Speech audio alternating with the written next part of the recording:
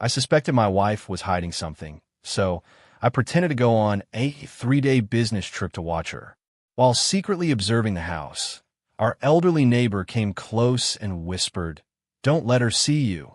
Wait until 1 a.m. and you will understand." At midnight, I almost fainted from the truth I discovered.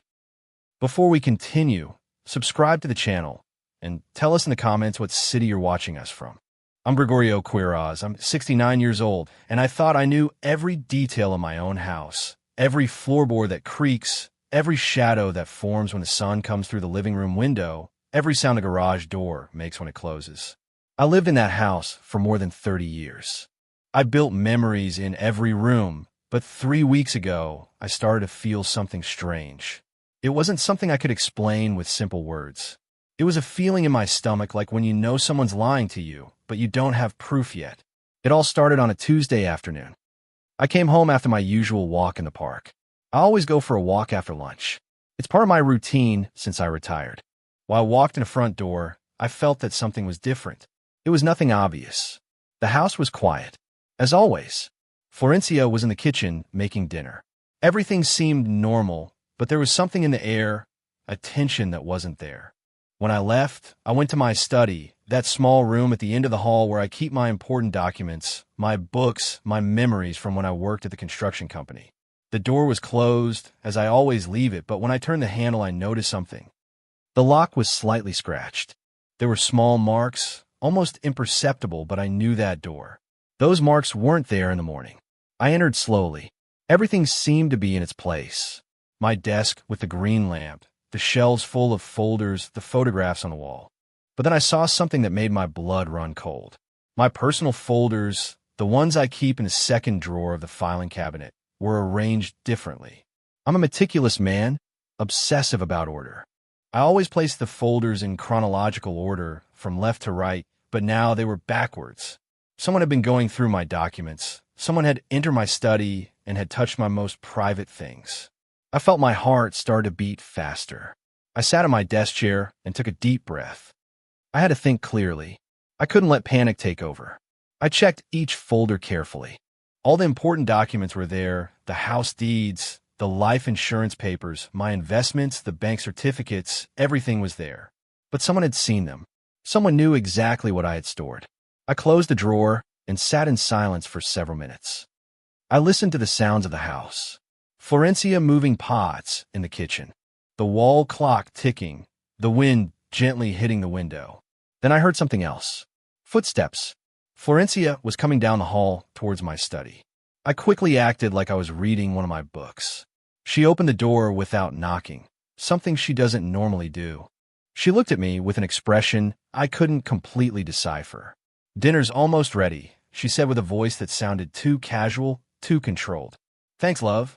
I'll be right there," I replied without looking up from the book. She stood in the doorway for a few seconds, longer than usual.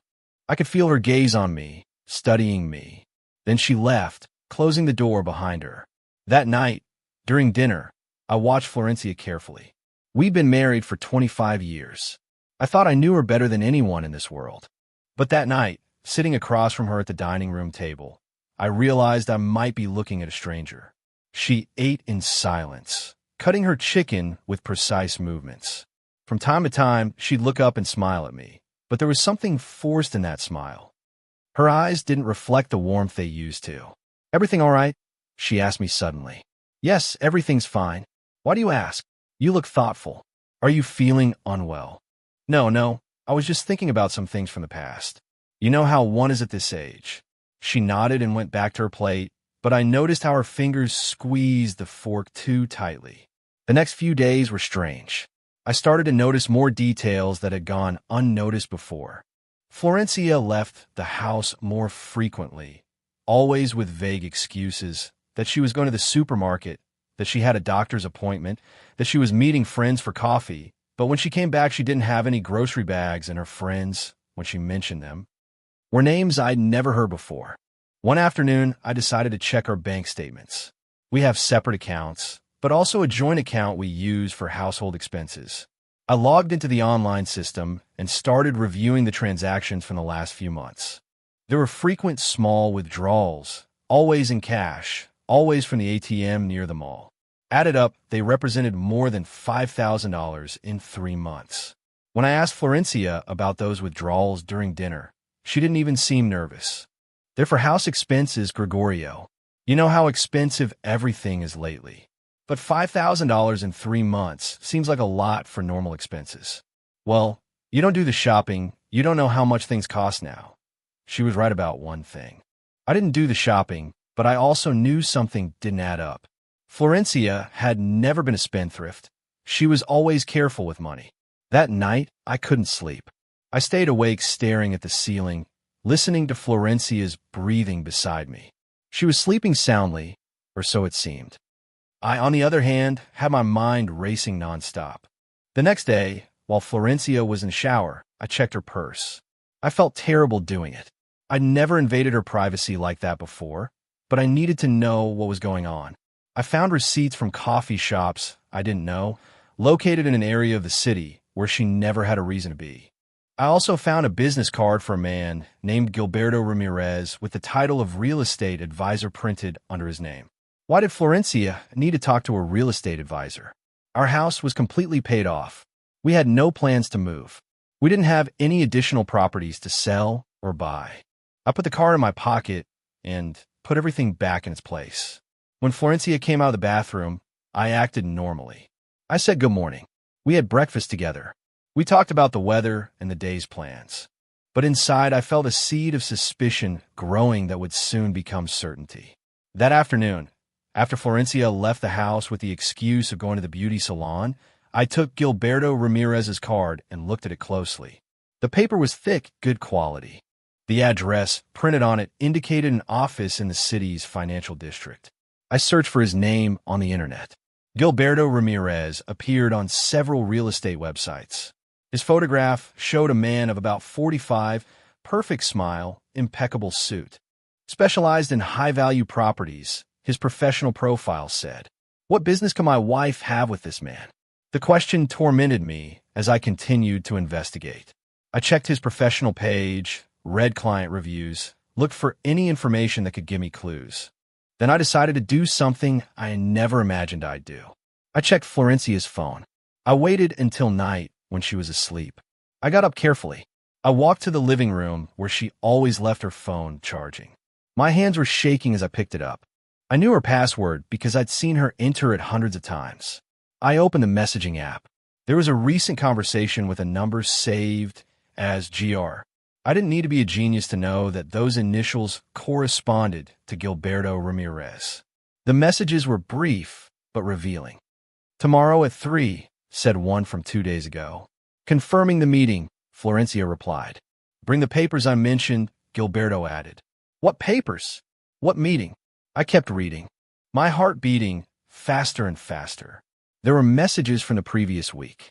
I need you to confirm the exact figures, Gilberto wrote. Everything's in the documents I reviewed, Florencia replied. Perfect. This is going to proceed faster than we thought. I felt my stomach churn. I took pictures of those messages with my own phone, making sure the flash was off. Then I put Florencia's phone back exactly where it was, connected to the charger. I went back to bed and stayed awake the rest of the night, trying to understand what all this meant. My wife was planning something that involved our properties, our documents, our assets. The next morning, I acted normally, had a quiet breakfast, read the newspaper, talked to Florencia about trivial things, but every word that came out of her mouth sounded false to me. I'm going out for a while this afternoon, she said as she cleared the table. I have some errands to run. What kind of errands? Nothing important. House stuff, you know. Do you need me to come with you?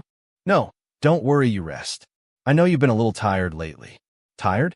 I hadn't mentioned being tired. Why would she say that? When Florencia left, I waited 10 minutes to make sure she wouldn't come back for something she forgot. Then I went straight to my study and checked all my important documents again. The house deeds were there, but I noticed something alarming.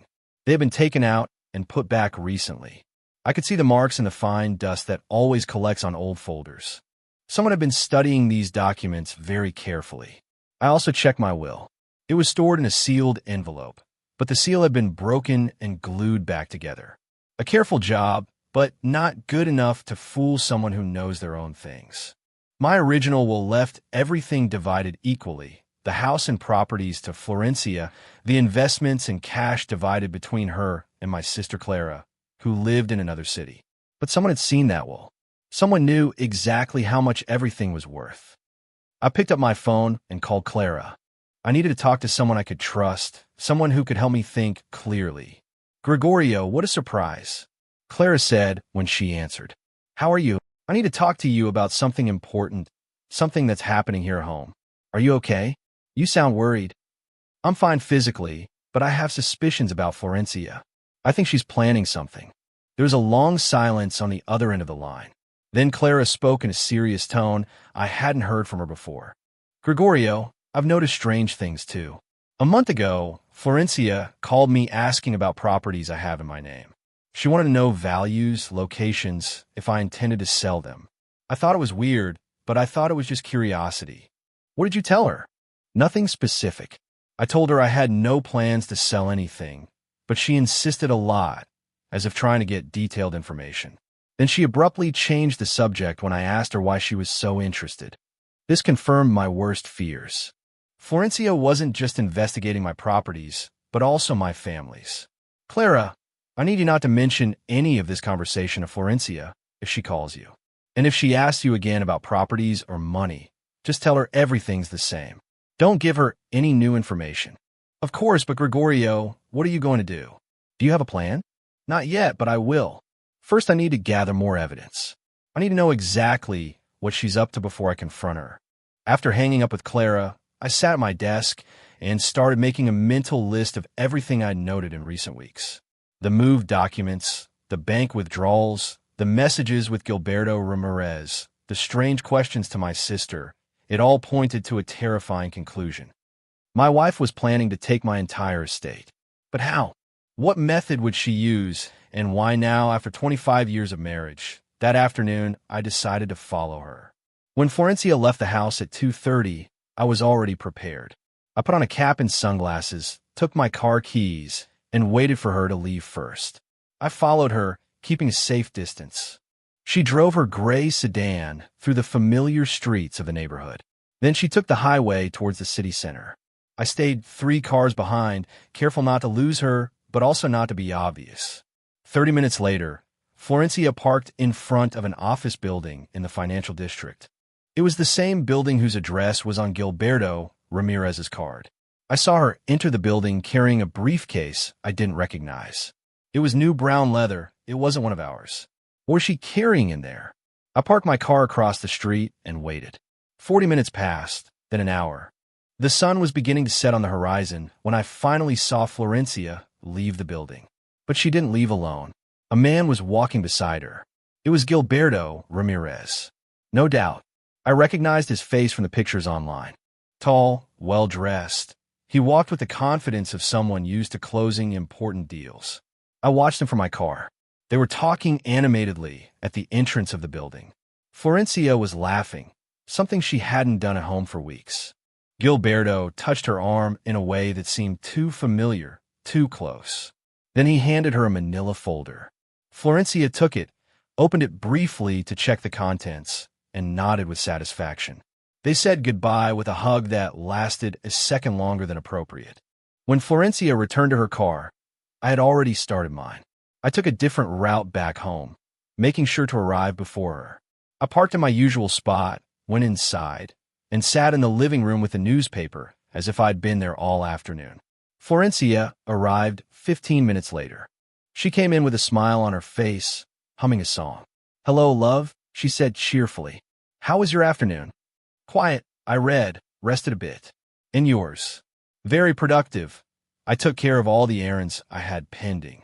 She lied so easily it scared me, without hesitation, without faltering, as if lying to me was the most natural thing in the world. That night, as we ate dinner, I looked at her with different eyes. This woman sitting across from me, with whom I had shared more than 2 decades of life, was capable of betraying me without showing the slightest remorse. The next day, I made a decision. I couldn't keep waiting passively for Florencia to execute her plan. Whatever it was, I needed to get ahead of her.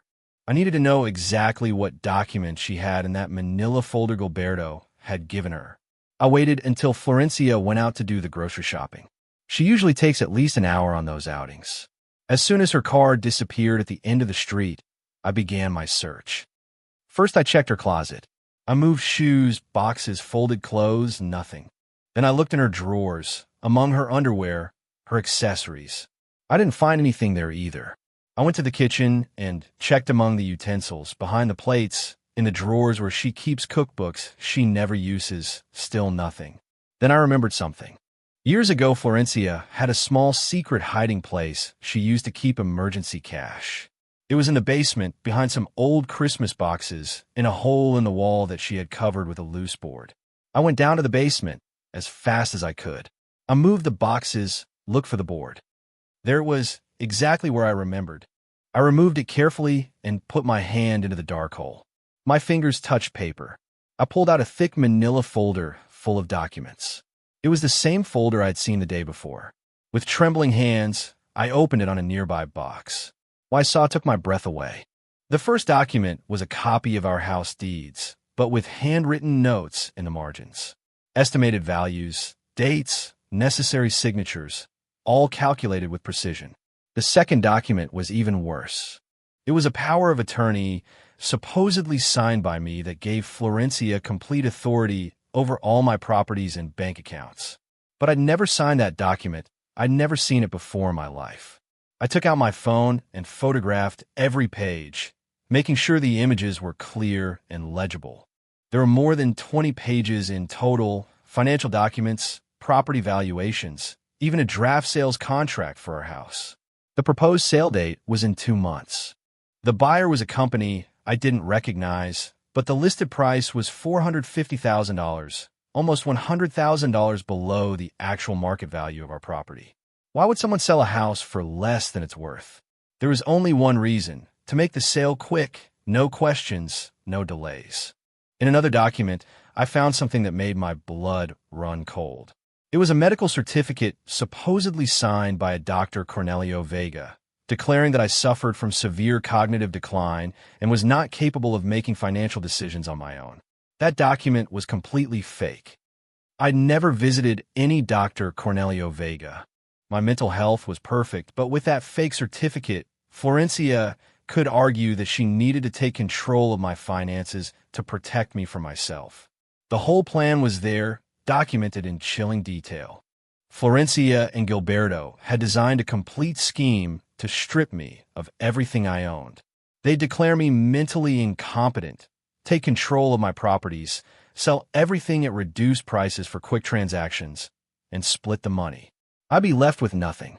They'd probably put me in some nursing home, claiming I couldn't take care of myself legally. With all those fake documents, it would be almost impossible to defend myself. I put everything back exactly as I found it, placed the board back in its place, and came up from the basement, trying to control the rage I felt. Florencia hadn't returned yet. I sat in the living room, breathing deeply, trying to think clearly. I couldn't confront her now. If she knew I'd discovered her plan, she and Gilberto would simply change their strategy. I needed to be smarter than them. I picked up my phone and called an old colleague from my days at the construction company. Gonzalo had been my partner for years before we both retired. He was a trustworthy, discreet man, and he knew good lawyers. Gonzalo, I need the number of a lawyer who specializes in asset fraud cases. Someone good, someone who's discreet. Are you in trouble, Gregorio? Let's just say I'm preventing future problems. Do you know anyone? I know the best. His name is Carlos Mendoza.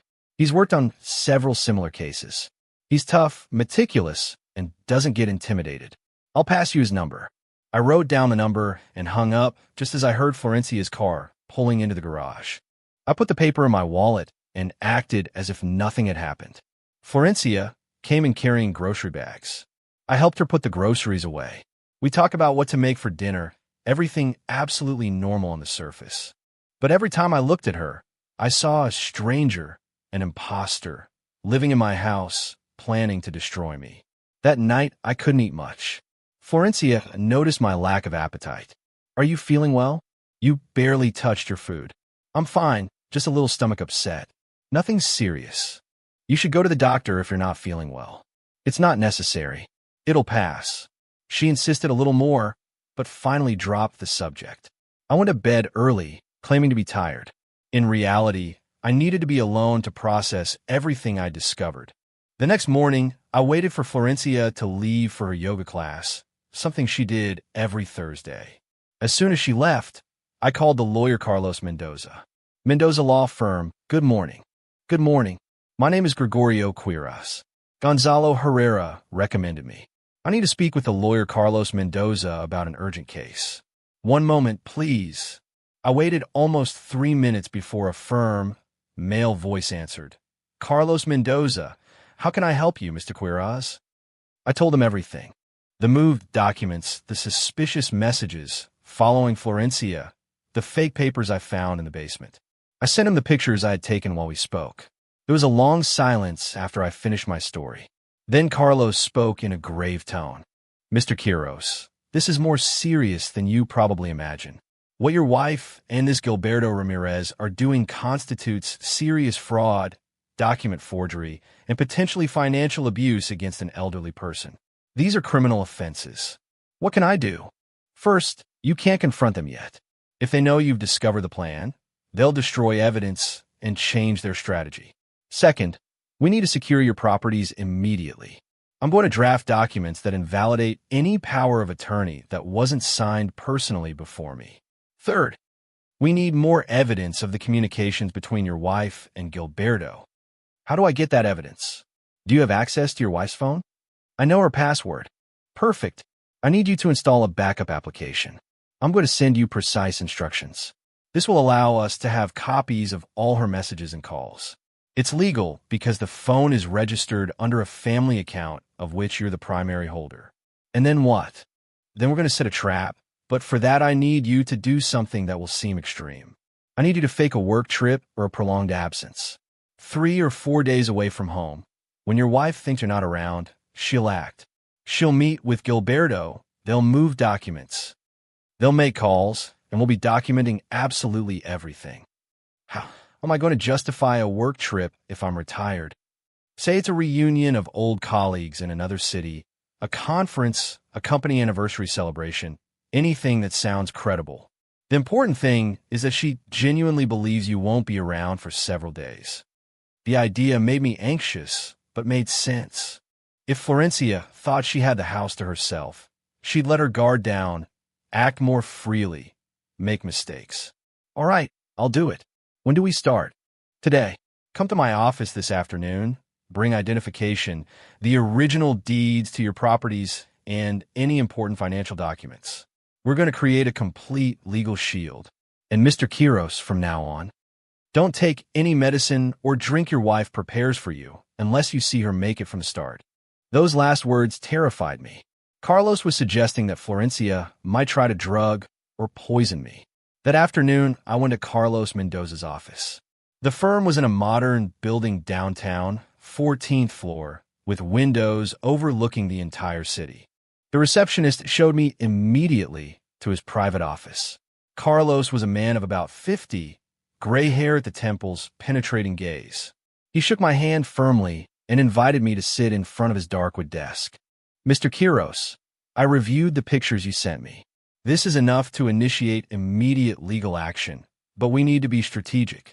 If we move too quickly, they can claim the documents are legitimate and that you're simply confused. Confused. I'm perfectly lucid. I know, but they have a fake medical certificate that says otherwise. A judge who doesn't know you might have doubts. That's why we need irrefutable evidence that your wife acted with premeditation and deceit. Carlos opened a folder and took out several documents. This is a sworn declaration of mental competence. You'll sign it before me, as I'm a certified notary. We're also going to do a complete neuropsychological evaluation with a specialist I trust that will destroy any argument of mental incapacity. I signed the documents as Carlos continued to explain the plan. Second, we're going to create an irrevocable trust. All your properties will be protected within this trust. No one can sell, transfer, or mortgage them without your explicit consent before 3 certified witnesses. We're doing this today. How long does it take? With the contacts I have, we can have it registered in the system in 24 hours. By tomorrow afternoon, your properties will be completely shielded. Any attempt at a sale will be automatically void. And will Florencia find out? Not immediately. The registration is public, but she'd have to look for it specifically. And according to what you told me, she thinks she still has weeks before executing her plan. She won't be checking property records every day. I felt a little calmer. At least my properties would be protected. Now comes the hard part, Carlos continued. The fake trip. I need you to announce it tonight. Tell your wife that tomorrow or the day after you have to travel to another city for 3 or 4 days. Make it sound urgent, but not suspicious. And where will I actually be? In a hotel here in the city under a false name. But during the day, you'll be watching your house. I have a private investigator who will help you. He'll provide you with recording equipment and a discreet vehicle for surveillance. Wouldn't it be easier for the investigator to do everything? No, you need to be present. First, because it's your testimony as the owner that carries legal weight. Second, because you know your wife's behavior patterns. You'll know when something is out of the ordinary. And third, because I need you to see with your own eyes what she's capable of. If this goes to trial, your direct testimony will be devastating to her defense. It made sense, although the idea of spying on my own house was surreal. There's something else, Carlos added, his tone becoming more serious. During these days of surveillance, it's very likely you'll discover things you don't want to see, things that will hurt you. Are you prepared for that? What kind of things? I don't know for sure, but in cases like this, financial betrayal rarely comes alone. There may be more secrets, more lies. I need to know you'll be able to keep your composure no matter what you discover. I nodded slowly. I had come this far. I couldn't back down now. I'm prepared. Good. Tonight, when you install the backup app on your wife's phone, I'll also need you to take pictures of any new documents you find. Check that hiding place in the basement one more time before you leave. It's possible she has added more papers. I left Carlos's office with a mix of determination and terror. In 24 hours, my life would take a complete turn. I'd no longer be the passive victim of a fraud scheme. I'd be the hunter. That night, during dinner, I dropped the lie I had prepared. Florencia, Gonzalo called me this afternoon. They're organizing a reunion of ex-colleagues from the company in the city of Monterrey. It's a special event for the anniversary of the foundation. Florencia looked up from her plate, interested. When is that? The day after tomorrow. It lasts for 3 full days. Hotel accommodation, meals included. Gonzalo insisted that I go. He says several of the old partners will be there. 3 days is a long time. I know, but it's been years since I've seen those people, and the company gave us so many opportunities back then. It would be rude not to attend. I could see how Florencia's eyes lit up. She was trying to hide her excitement, but I knew her. The idea of having me out of the house for 3 full days seemed perfect to her. Of course you should go, she said with a smile that tried to seem genuine. It'll be good for you to get a little distracted, see your old friends. Will you be okay alone? I'll be perfectly fine. Don't worry about me. In fact, I'll take the opportunity to do some things I have pending.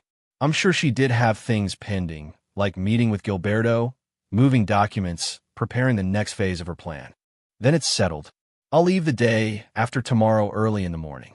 The flight is at 7. Do you need me to take you to the airport? No, don't worry. I'll leave the car in the airport parking lot. That night, I waited until Florencia fell asleep. I took her phone with extreme care and went to the bathroom. Following the instructions Carlos had sent me, I installed the backup app. It took less than 5 minutes. Then I deleted the download history and put the phone back in its place. The next day, I acted as if I were really preparing for a trip. I took out my suitcase, packed clothes, toiletries. Florencia watched me from the bedroom door. Are you taking enough shirts? Yes, I think so. Don't forget your blood pressure medicine. I didn't take any blood pressure medicine. My blood pressure was perfect. Why would she say that? I don't take medicine for blood pressure, Florencia. Oh, that's right. Sorry, I got confused. Did she get confused? Or was she preparing an excuse for some future plan? Every word that came out of her mouth now seemed suspicious to me. That afternoon, while Florencia was busy in the kitchen, I went down to the basement one last time.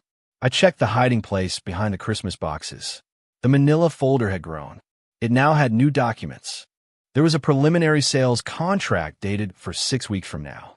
There was also a document from a retirement home called Sunset Gardens with an admission application in my name. The included services cost $3,000 a month. Then I found something that turned my stomach. It was a life insurance document in my name with Florencia as the sole beneficiary. The policy was for $500,000, but I'd never taken out that insurance. I quickly photographed everything and put the documents back. My hands were shaking with rage.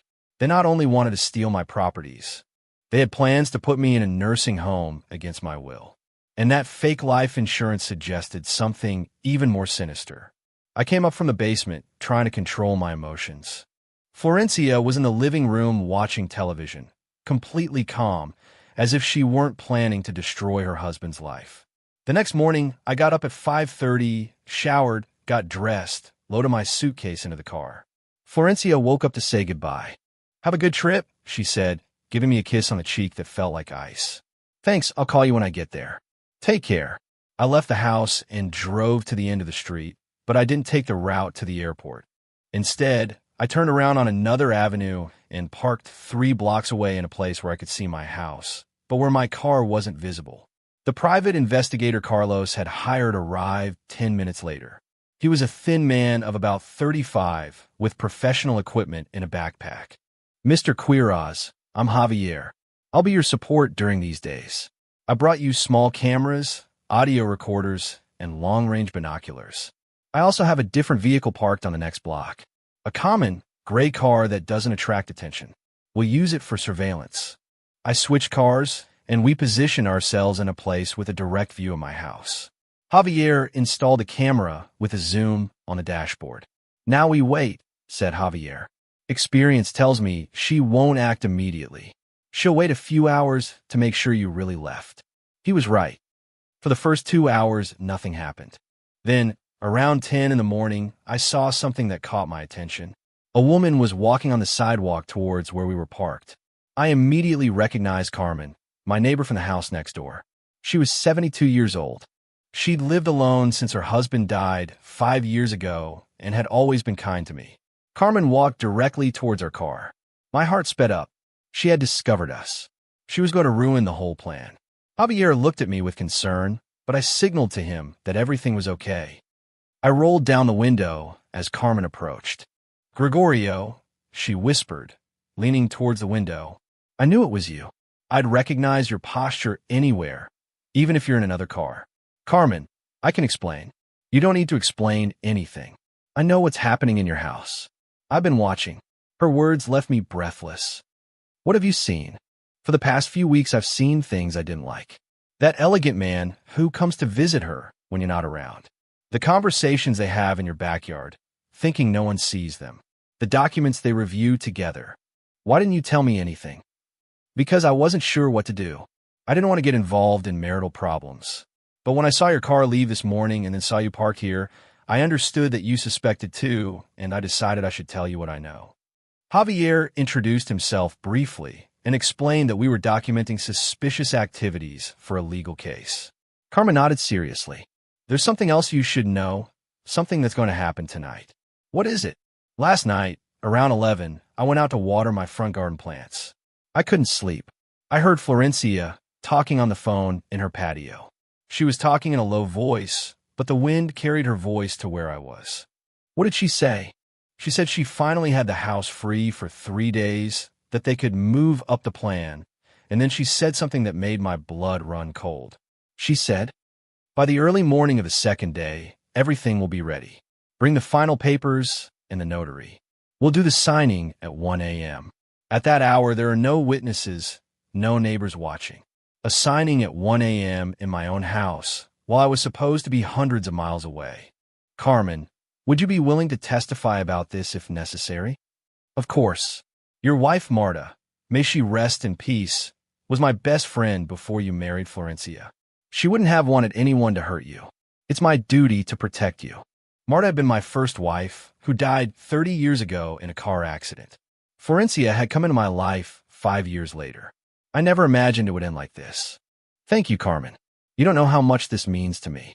I only ask one thing of you, Gregorio. Don't let her see you until you're ready. And wait until the early morning of the second day, until it's 1 a.m. That's when she'll show her true colors. That's when you'll understand everything." Carmen said a discreet goodbye and returned to her house, walking slowly like any other neighbor on her morning walk. Javier looked at me with renewed respect. Having a witness like her is pure gold. A neighbor of many years with no personal interest in the case, with direct observations. Her testimony will be impossible to discredit. "Do you think we should wait until early morning?"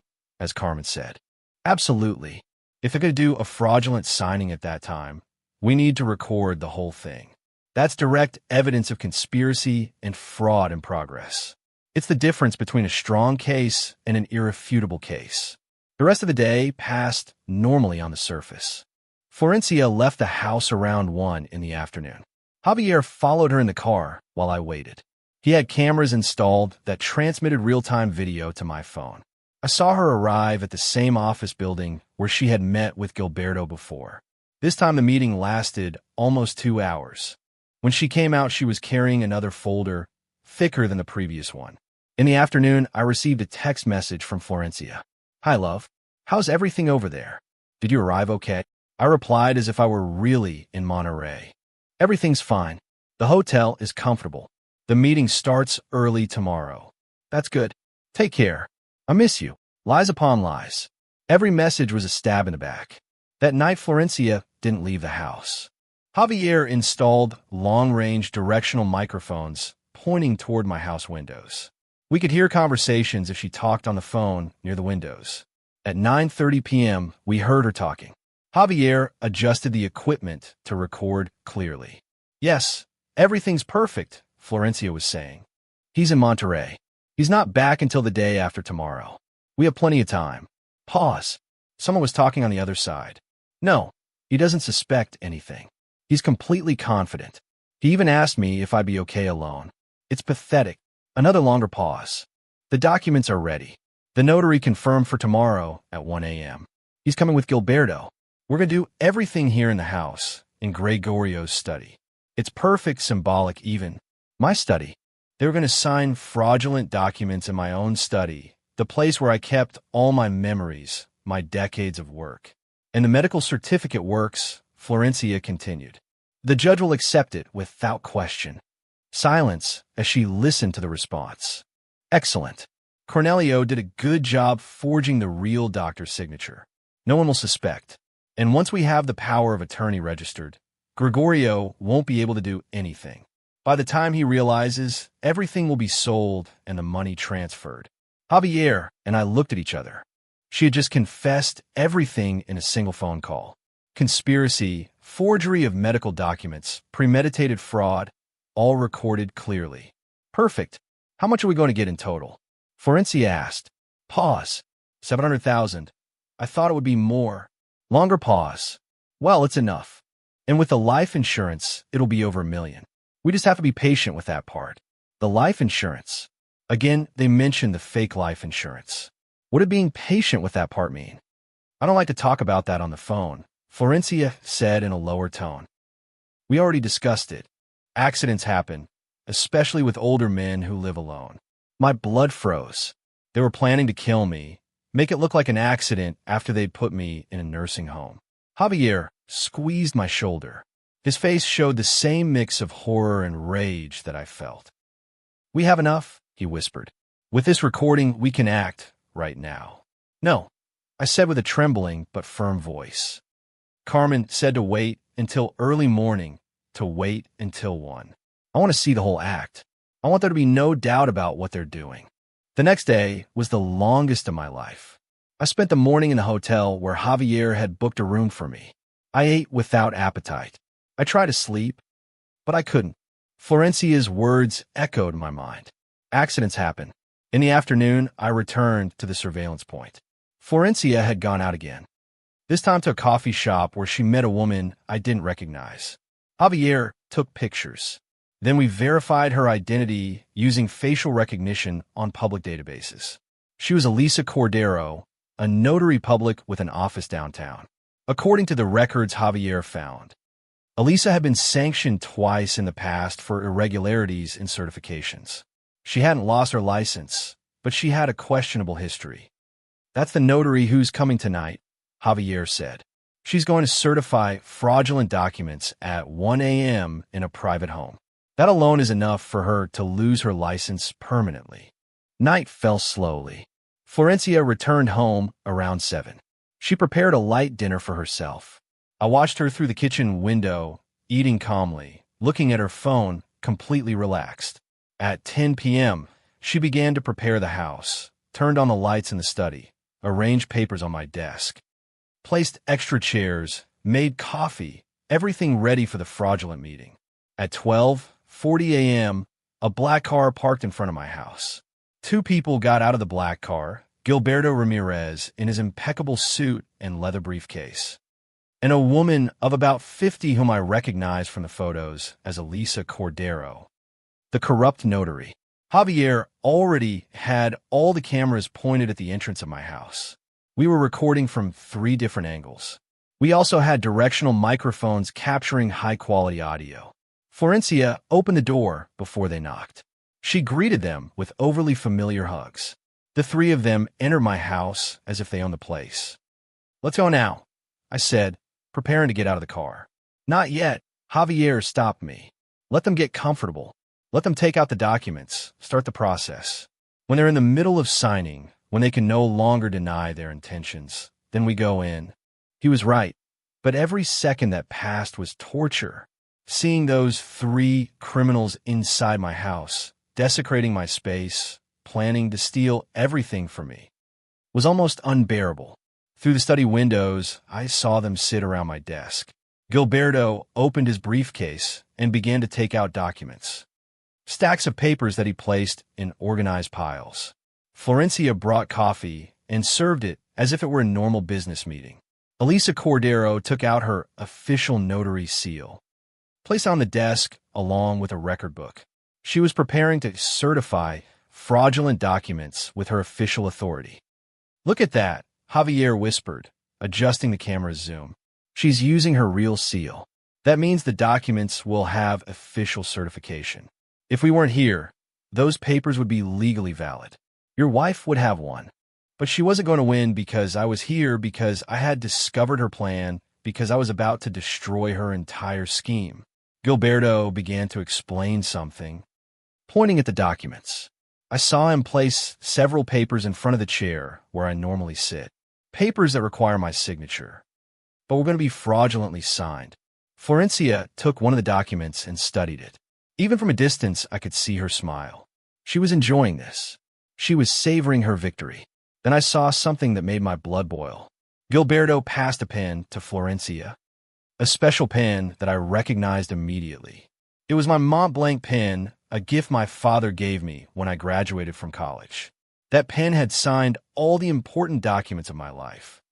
And now Florencia was going to use it to forge my signature and steal everything from me. She practiced my signature on a separate piece of paper once, twice, 3 times. Gilberto watched and made comments. Florencia adjusted her technique. She had practiced it before. That was obvious. She knew every stroke, every curve of my signature. "It's 1:05, Javier said, looking at his watch. "It's past the time Carmen mentioned. It's time." I called Carlos Mendoza, who had been waiting for my signal. "Carlos, they're signing right now. We have everything on tape." "Perfect. I have 2 police cars waiting 2 blocks away. I'll give them the signal. They'll be there in 3 minutes. You go in 2 minutes. I want you to surprise them right when they're in the middle of the act. Understood? Gregorio, one more thing. When you go in, don't yell, don't threaten them, don't touch them. Stay calm. Let them incriminate themselves with their own words." Okay. Javier and I got out of the car. We walked towards my house with determined but silent steps. I could hear my own heart beating in my ears. Every step brought me closer to the moment of truth. We reached the front door. I took out my keys with trembling hands. I put them in the lock as quietly as possible. I turned the key. The latch opened with a soft click. I pushed the door open slowly, silently thanking God it never had that annoying squeak some doors have. The steps to the study were the longest of my life. I walked through my own living room, my own hallway, feeling as if I were entering enemy territory. I could hear their voices from the study.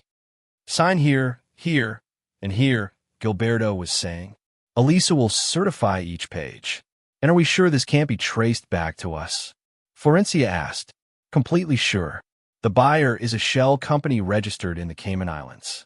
By the time anyone tries to investigate, the money will have already passed through 5 different accounts in 3 countries. Impossible to trace. And the medical certificate will stand up to a review. It'll withstand any superficial review. And by the time someone does a deep review, it won't matter anymore. The documents will be registered, the money transferred, and Gregorio will be in the nursing home without access to legal representation. I reached the doorway of the study. Javier was behind me, recording everything with a small camera. I took a deep breath and pushed the door open. The 3 of them froze. Florencia dropped the pen. Gilberto stood up so fast his chair fell backward. Elisa Cordero grabbed her notary seal as if to hide it. Good evening, I said with a calmness I didn't feel. I see you're having an interesting meeting in my study. The silence that followed was absolute. No one moved, no one breathed. It was as if time itself had stopped. Florencia was the first to react. Her face went through a sequence of emotions in seconds.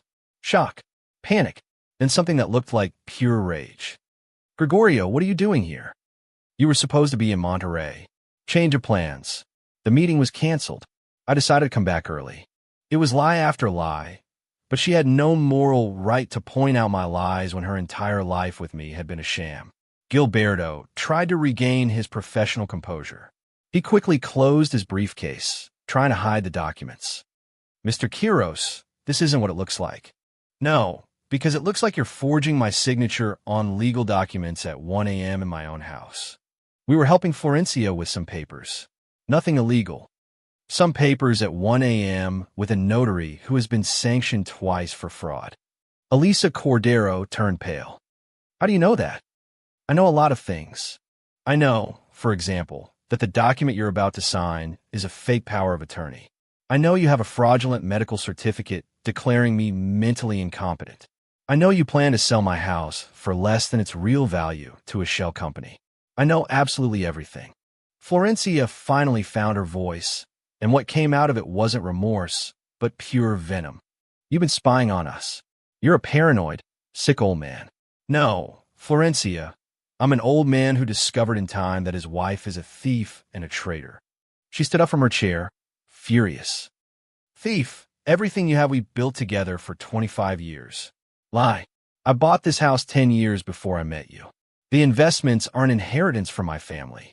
The only money you contributed was from your part-time job that you quit 15 years ago. You have no right to any of this. Gilberto tried to intervene. Mr. Quiros, I think you're misinterpreting the situation. If you'll allow us to explain. You're not going to explain anything. The police will be here any minute. They'll be the ones asking for explanations. As if I had summoned them with my words, we heard sirens in the distance. Approaching quickly, the panic on their faces was instantaneous. Elisa Cordero started stuffing her things into her bag with trembling hands. Gilberto looked around for an exit. Florencia just stood there, her face a mask of hatred and defeat. They can't arrest us, Gilberto said, trying to sound confident. We didn't do anything yet. There's no crime. Javier took a step forward, showing the camera that had been recording everything. Conspiracy to commit fraud, forgery of documents, attempted illegal appropriation of property, fraudulent use of notarial certification. We have it all on tape. Every word, every document, every fake signature you practiced. The siren stopped in front of my house. We heard patrol car, doors opening, footsteps running towards the entrance. Florencia looked at me with an expression I'll never forget. It wasn't regret. It wasn't sadness. It was pure hatred, absolute resentment for having ruined her perfect plan.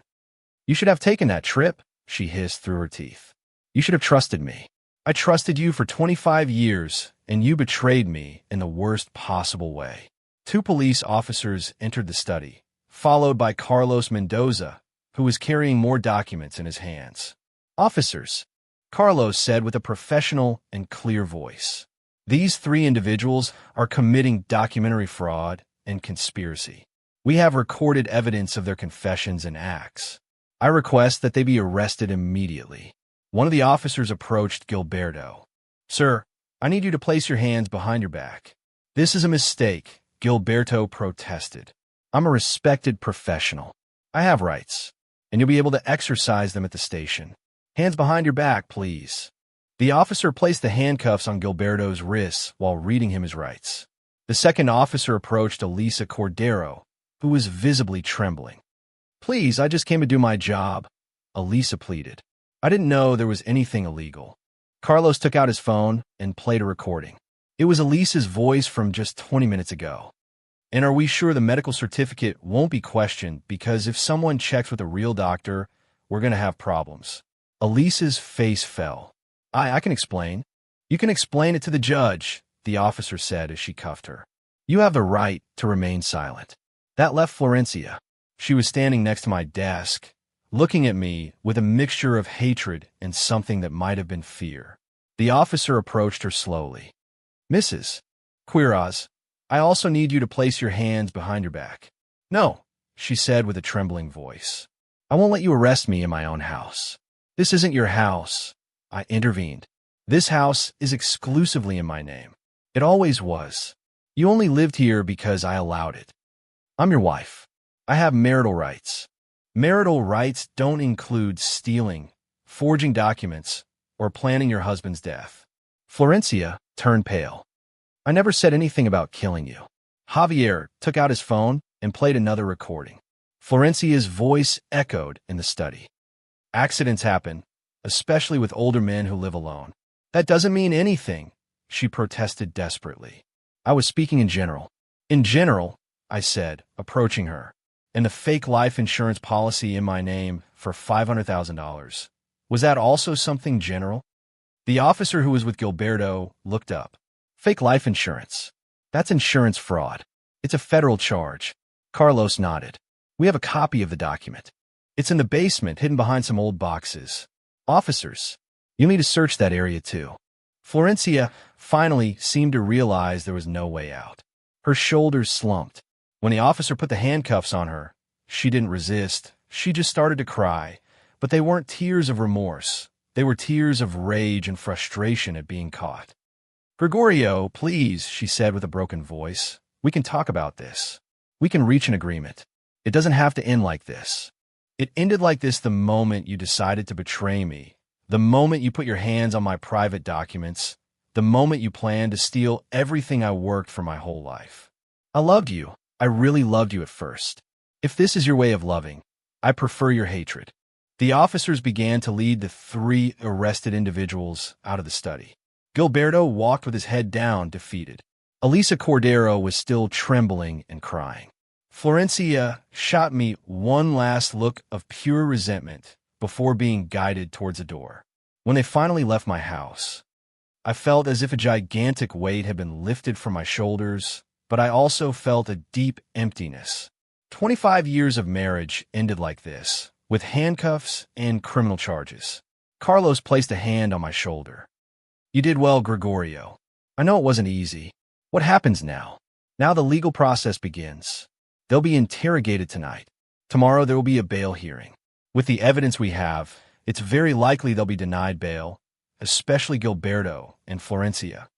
And the multiple charges: conspiracy to commit fraud, forgery of official documents, attempted illegal appropriation of assets, forgery of medical certificates, insurance fraud.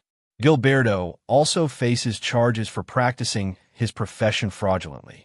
Elisa will lose her notary license permanently and face criminal charges. In Florencia, she faces the most serious charges because there's also the possible conspiracy to cause physical harm. How much time could they get? With all the charges combined, Florencia could face between 10 and 15 years in prison. Gilberto, similar. Elisa, probably less. Between 5 and 8 years if she cooperates with the prosecution. 15 years. Florencia would be 80 years old when she got out, if she even got out. I sat in my desk chair, the same chair where I had worked for decades, where I had built my career, where I had kept all my dreams and memories, and where just a few minutes ago, 3 criminals had tried to steal everything from me. Javier began to review the documents Gilberto had left on the desk. He photographed them methodically, one by one. "This is incredible," he murmured. "They have everything planned with microscopic detail. Offshore accounts, multiple transfers, fake backup documents. They didn't plan this in weeks. This took months, maybe more than a year. A year. Florencia had been planning to destroy me for over a year while I trusted her, while we shared a bed, while I told her I loved her." "There's something else here," Javier said, holding up a document. "It's a purchase contract for a property in Cancun in Florencia, Quiraz's name." "Cancun?" "Yes, a beachfront condo. Purchase price, $350,000. Closing date, 2 months from now. They were going to use your money to buy their retirement home on the beach." The audacity was astonishing. They not only wanted to steal from me, but they were already spending the money on their fantasies of a luxurious life. Carlos reviewed more papers. "Here are bank statements from an account I don't recognize. Do you know the International Bank of the Caribbean? I've never had an account there." "Well, according to these documents, you have an account with $80,000 deposited, but look at the deposit dates. They match exactly with the withdrawals you notice from your joint account. $80,000, much more than I had calculated. Florencia had been stealing from me for longer than I thought." "That account will be frozen too," Carlos said. "All that money will be returned to you as part of the restitution." We spent the next 3 hours reviewing every document, every paper, every note that Gilberto and Florencia had brought.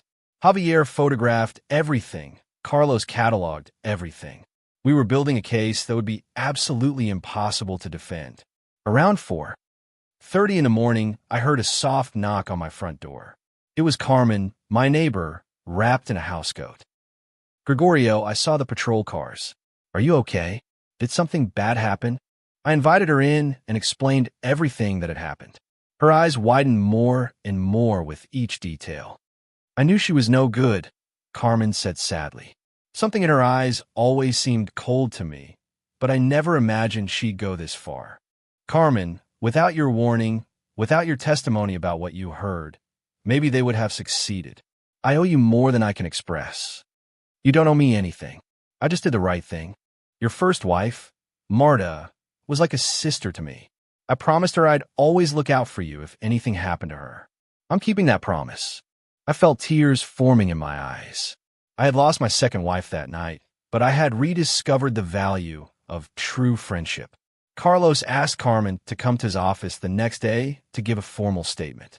She agreed without hesitation. When everyone finally left, I was alone in my house. It was almost dawn. The gray light of dawn was beginning to filter through the windows. I walked through each room, seeing everything with new eyes. This living room where Florencia and I had watched so many movies. This kitchen where she prepared dinners that I now wondered if they ever contained anything more than food.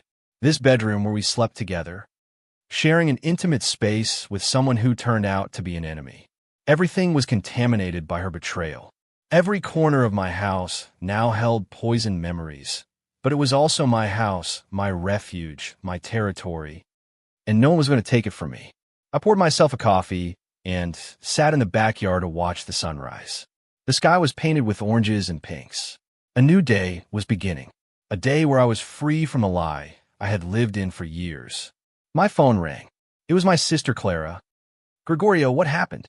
"I got news alert. It says they arrested 3 people for fraud in our area. Does it have anything to do with you?" I told her everything. Clara listened in silence, only interrupting occasionally with exclamations of shock. "My God, Gregorio, you could have lost everything. They could have killed you."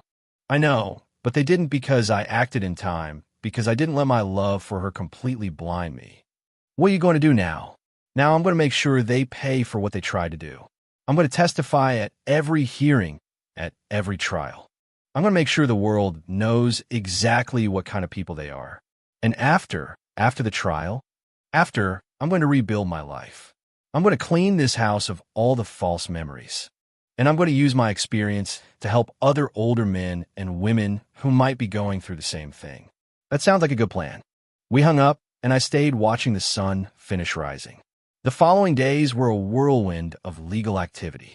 Carlos kept me informed of every development, every new revelation that emerged during the interrogations.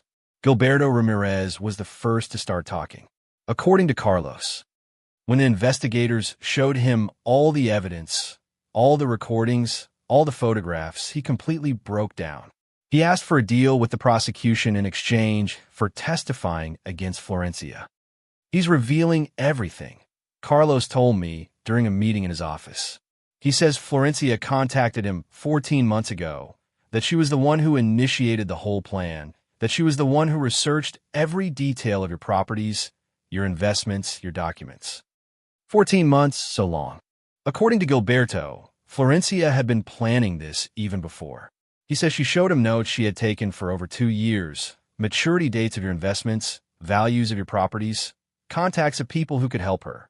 2 years, while I thought we had a normal marriage, she was methodically cataloging every asset I owned. And what else did he say? He said Florencia was obsessed with money, that she constantly talked about how much she could get if you weren't in the picture, that she had already contacted several real estate advisors before him, but that he was the only one willing to do the work irregularly. Why did he agree? What was his motivation? Money. Of course. Florencia promised him 30% of everything they got. With a projected $700,000, that would be over $200,000 for him. Enough for him to compromise his license and his freedom. Carlos turned to the next page of his notes. Elisa Cordero is also talking. She says Gilberto contacted her 3 months ago. He offered her $5,000 in cash to certify documents without asking questions. She accepted because she has gambling debts. She was betting in online casinos and owed over $50,000 to loan sharks. They were all motivated by greed. None of them thought of me as a real person, with a real life, with real rights. They just saw me as a source of money. And Florencia, what is she saying? Carlos paused before answering. Florencia isn't saying anything. She has a public defender who advised her not to talk, but her silence won't help her. With the testimonies of Gilberto and Elisa, plus all our recordings and evidence, the case against her is solid. When is the preliminary hearing? In 3 days, the judge will decide if there's enough evidence to proceed to trial. They'll need you there to testify. The 3 days passed in a blur of preparation. Carlos had me practice my testimony over and over. He taught me to stay calm under cross-examination, to answer only what I was asked, not to let myself be provoked by the defense attorney's tactics. The day of the hearing arrived. I dressed in my best suit, the same one I used for important meetings when I worked. Carlos picked me up early in the morning, and we drove to the courthouse together. The courtroom was surprisingly full. There were curious journalists and several older people who, Carlos told me, were from an organization for the protection of senior citizens. My case had generated media attention. The headlines talked about the wife who tried to steal everything and the old man who uncovered the perfect fraud. I sat on the bench designated for the prosecution. From there I could see the place where Florencia would be sitting. My stomach churned just thinking about seeing her again. Then the defendants entered. First Gilberto, handcuffed and dressed in an orange jail uniform. He no longer looked like the confident professional I had seen in the photographs. He looked small, scared, defeated. Then Elisa Cordero entered, also handcuffed, also in a jail uniform. She had deep dark circles under her eyes, and her hair was disheveled. She had aged 10 years in just a few days. Finally, Florencia entered, also handcuffed, also in an orange uniform. But unlike the other two, she held her head high. Her eyes scanned the room until they found me. For a moment, our gazes met.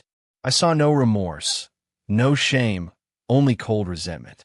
The judge entered, and we all stood up.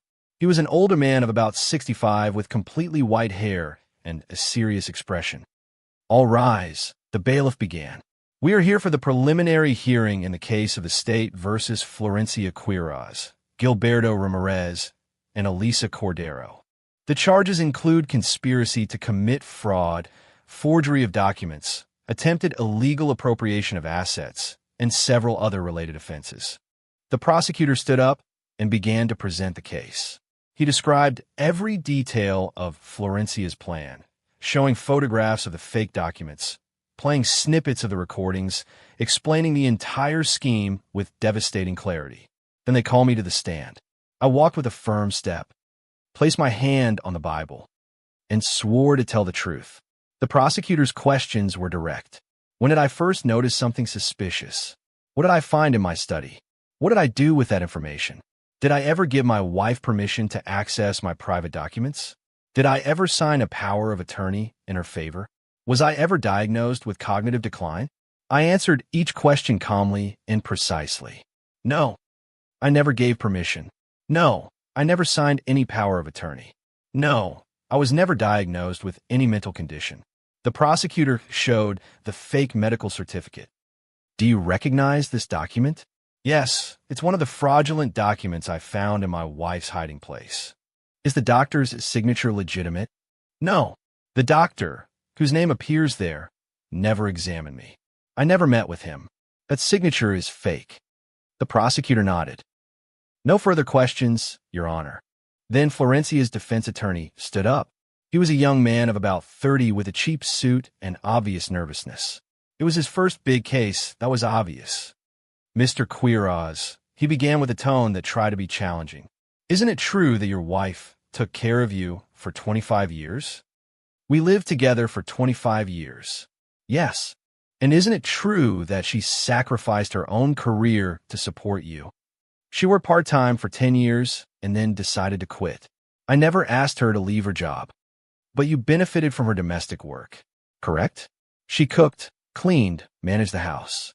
Those are tasks we shared, and none of those tasks gives her the right to forge documents and steal my properties. The lawyer turned red. Your Honor, the witness is being argumentative. The judge looked at me. Mr. Quiroz, just answer the question you're asked. My apologies, Your Honor. The lawyer continued. Isn't it possible that your wife was simply trying to organize financial matters for the future, to protect you both? Protect us both by forging medical certificates declaring me incapacitated, selling my house below its value to a shell company, transferring money to offshore accounts. That's not protection. That's theft. But you admit you were spying on your wife, correct? Invading her privacy. I was protecting my properties from crime in progress, and everything I did was legal, supervised by my lawyer. The lawyer tried a few more questions, but each of his tactics failed. Carlos had done an excellent job preparing me. I didn't let myself be provoked. I didn't fall into any verbal traps. After me, Javier, the private investigator, testified. He presented all the recordings, all the photographs, all the videos. The evidence was overwhelming. Then Carmen, my neighbor, testified. With a trembling but clear voice, she described exactly what she had heard that night. Florencia's phone conversation, the mention of the plan for early morning. Everything. The defense attorney tried to discredit her.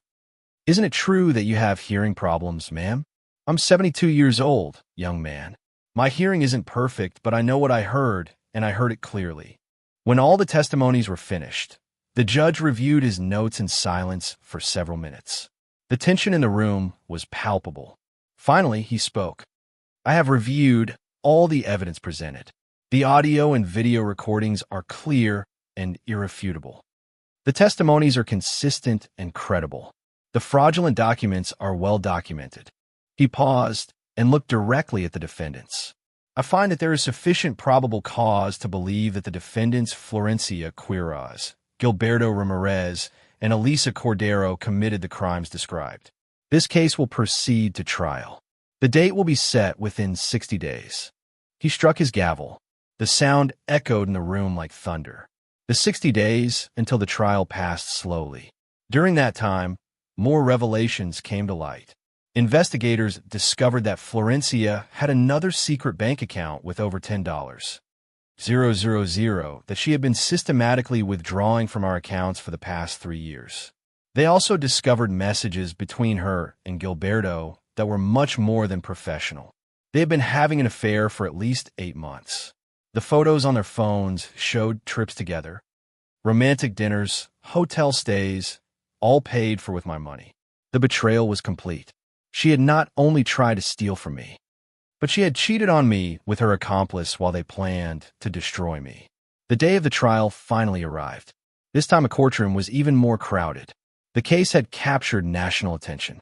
Several news channels were broadcasting live from outside the courthouse. The trial lasted a full week. The prosecutor presented mountains of evidence.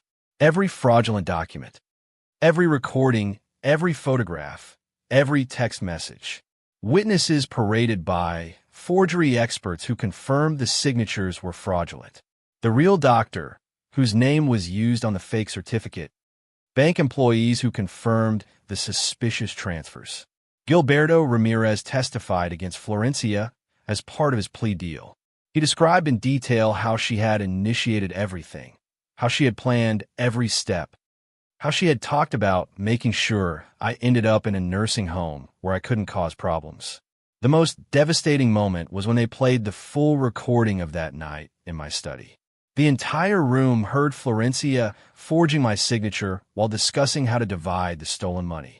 They heard her mention the life insurance. They heard her say that accidents happen with older men.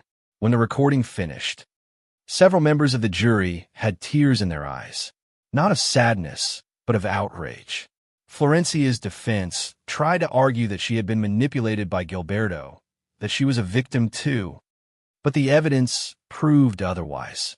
The messages clearly showed she was the mastermind behind everything. The jury deliberated for 2 days. When they returned to the courtroom, the atmosphere was tense. The jury foreman stood up and read the verdict. In the case of the state versus Florencia Quiroz, on the charge of conspiracy to commit fraud, we find the defendant guilty. On the charge of forgery of documents, guilty. On the charge of attempted illegal appropriation of assets, guilty. On the charge of insurance fraud, guilty. Guilty on all charges. 23 charges in total. 23 times I heard the word guilty. Florencia didn't cry. She didn't react. She just sat there staring ahead with a blank expression. Gilberto Ramirez received 8 years in prison for his cooperation. Elisa Cordero received 6 years, but Florencia, as the mastermind of the plan, received 14 years without the possibility of parole until she served at least 10. When the judge read her sentence, I finally saw something on Florencia's face. It wasn't remorse. It was the realization that her life, as she knew it, was over. She would be 79 years old when she got out of prison, if she even lived that long. After the trial, several reporters tried to interview me. I declined all but one. I wanted to tell my full story in my own words, so that other elderly people would know they weren't alone if they faced similar situations. The following months, I dedicated to rebuilding my life. I hired a company to completely renovate my house. New furniture, new paint, new curtains. I wanted to eliminate every trace of Florencia from my space.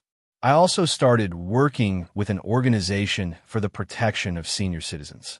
I gave talks at community centers on how to recognize signs of financial abuse, how to protect important documents, how to act if you suspect someone is trying to take advantage of you. Karma became an even closer friend. We had dinner together twice a week. She introduced me to other neighbors who were also widowed or lived alone. We formed a small support group that met regularly. My sister Clara visited me more often. She helped me reorganize my finances, set up new trusts, and make sure I would never be vulnerable to this type of fraud again. 6 months after the trial, I received a letter. It was from Florencia from prison. I held it in my hands for several minutes before deciding to open it. The letter contained no apologies. Instead, it tried to justify her actions. She said she felt trapped in the marriage, that I was controlling, that she deserved more than I gave her. Every line was a new lie, a new distortion of reality. At the end of the letter, she asked me to visit her, to talk, to consider dropping the charges. I folded the letter, put it back in the envelope, and threw in the trash. There was nothing more to say. That person no longer had a place in my life. A year after the trial, I sat in my renovated backyard, drinking coffee while watching the sunrise. The same thing I had done that morning after they arrested Florencia. But this time was different. This time there was no pain, no fresh betrayal, only peace. I had lost my wife, but I had gained something more valuable: my dignity, my autonomy, my right to control my own life and my own destiny. I had learned that love can be a mask that hides the worst intentions, that trust must be earned constantly, not given blindly, that being alert isn't paranoia, but wisdom.